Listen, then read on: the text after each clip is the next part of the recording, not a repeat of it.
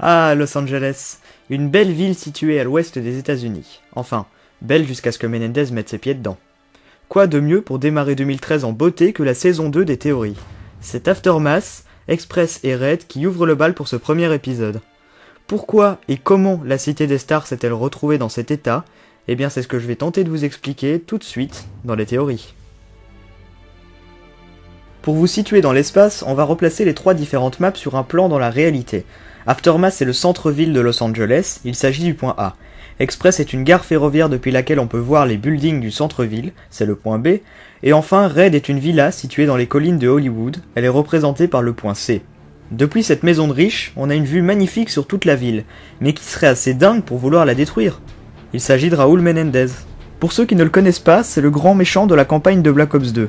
Il vient du Nicaragua, c'est le chef de Cordis DIE, donc une association qui réunit des millions et des millions de personnes, mais les gens qui sont dans Cordis DIE ne se doutent pas qu'en fait, Raúl est en train de les utiliser pour les retourner plus tard contre leur propre pays. En effet, il va d'abord attaquer les États-Unis, notamment Los Angeles, et puis plein de grandes villes comme Pékin, Shanghai ou Hong Kong, dans le but de déclencher une insurrection dans le monde entier. Mais alors pourquoi s'en prendre à Los Angeles, et pas à New York ou bien encore Washington? Eh bien pour la simple et bonne raison que la présidente s'y dirige, et qu'elle est loin de se rendre compte de ce qui va lui arriver. Comme vous le voyez sur les images, elle discute avec le président chinois pour lui conseiller de protéger son pays, car 3 villes de Chine sont les cibles de Menendez. Mais il refuse de l'écouter, il l'envoie promener et lui dit de se débrouiller toute seule contre cette attaque. Son bras droit essaye de la rassurer en lui disant que Mason est là pour la protéger, mais pendant ce temps, elle est loin de s'imaginer que des terroristes se préparent à attaquer l'avion présidentiel et que le cauchemar ne fait que commencer pour son pays. Sir, we have activity on the ground. Multiple hostiles. Oh my God. Drones. They're changing course. Los Angeles.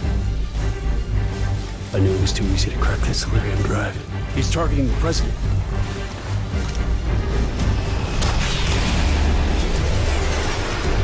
Marine 1 is under attack! Go to ground! Alert the MRAP for immediate pickup! We're going down!